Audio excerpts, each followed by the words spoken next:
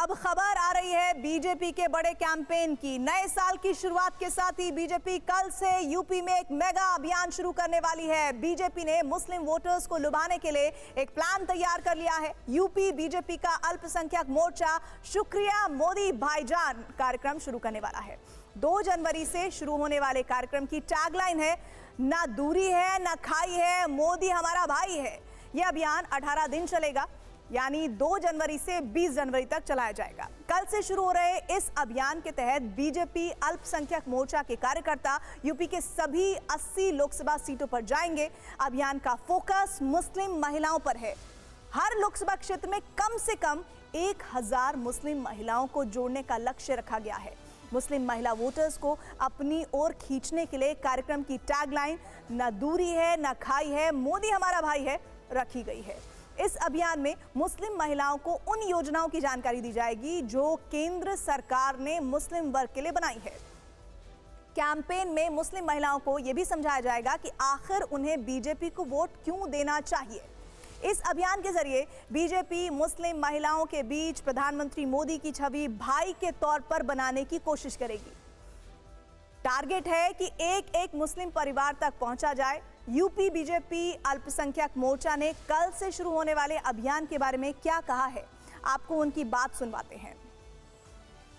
शुक्रिया मोदी भाईजान एक ऐसा कार्यक्रम है जिसके अंदर मुस्लिम माएँ बहनें जिनके जीवन के स्तर को सुधारने के लिए मोदी जी ने तमाम योजनाएं लाई, चाहे वो उज्ज्वला योजना हो या लोन की बात रही हो या जनधन खातों की बात रही हो, शौचालय की बात रही हो, आवास की बात हो, या तमाम ऐसी स्कीम्स जो भी बनाई गई, उनमें महिलाएं माएँ बहनें खास तौर से उनमें आगे रहीं और उनको आगे किया गया। तो इसलिए शुक्रिया मोदी भाईजान, न दूरी है ना खाई है, मोदी हमारा भाई है, जिससे अपनत्व की भावना, भाई की भावना एक पैदा होगी। शुक्रिया मोदी भाईजान कार्यक्रम के तहत जब बीजेपी कार्यकर्ता मुस्लिम परिवारों से मिलेंगे तो उन्हें मोदी सरकार की योजनाओं के बारे में बताएंगे। मोदी सरकार ने मुसलमानों को केंद्र में रखकर कई योजनाएं बनाई हैं। प्रधानमंत्री विकास योजना के तहत 9 लाख युवाओं की स्किल ट्रेनिंग का लक्ष्य रखा गया है।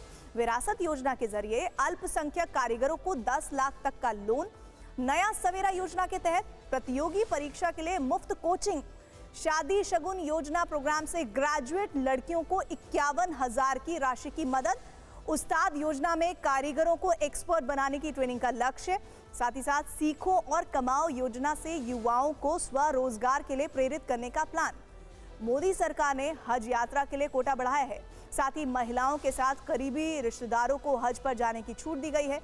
और इसके अलावा उज्ज्वला योजना से मुफ्त सिलेंडर कनेक्शन का लाभ। आयुष्मान भारत योजना के जरिए 5 लाख तक का मुफ्त इलाज। समझने वाली बात यह है कि शुक्रिया मोदी भाईजान अभियान से बीजेपी क्या हासिल करना चाहती है। चलिए आपको समझा देते हैं। इस कैंपेन के जरिए बीजेपी की नजर यूपी की मुस्लिम आबादी पर है। यूपी में मुस्लिम आबादी करीब 20% है। यूपी में 7 जिले ऐसे हैं जहां मुस्लिम आबादी 40% से ज्यादा है। 2024 के लोकसभा चुनाव के लिहाज से देखा जाए तो यूपी में 6 लोकसभा सीटें ऐसी हैं जहां मुस्लिम आबादी 40% से ज्यादा है। 12 लोकसभा सीटों पर मुस्लिम आबादी 30% से ज्यादा है।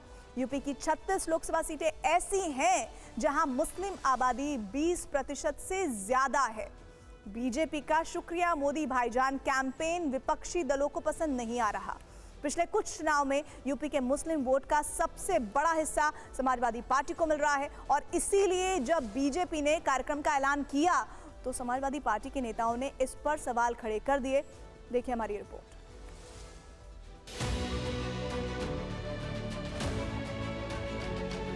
मुसलमान भाइयों में जो हमारे पसमानदा भाई बहन हैं, जो पिछड़े हुए हैं, मैं उनकी बात करता हूं।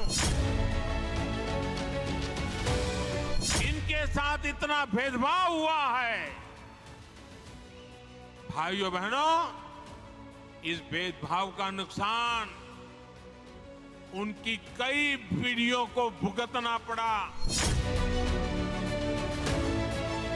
भाजपा देश के हर नागरिक के लिए सबका साथ सबका विकास की भावना से काम कर रही है।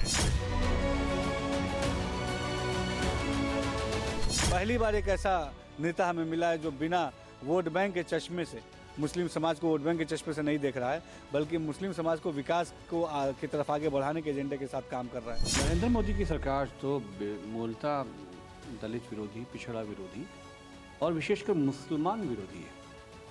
और आप कह रहे हैं कि मोदी भाईजान कैंपेन चलाएंगे भाजपा के लोग। आप भी कहेंगे कि आपने जो अखिलेश यादव जी ने जो पेंशन दी थी बुजुर्गों को, वो तो सबको मिली थी।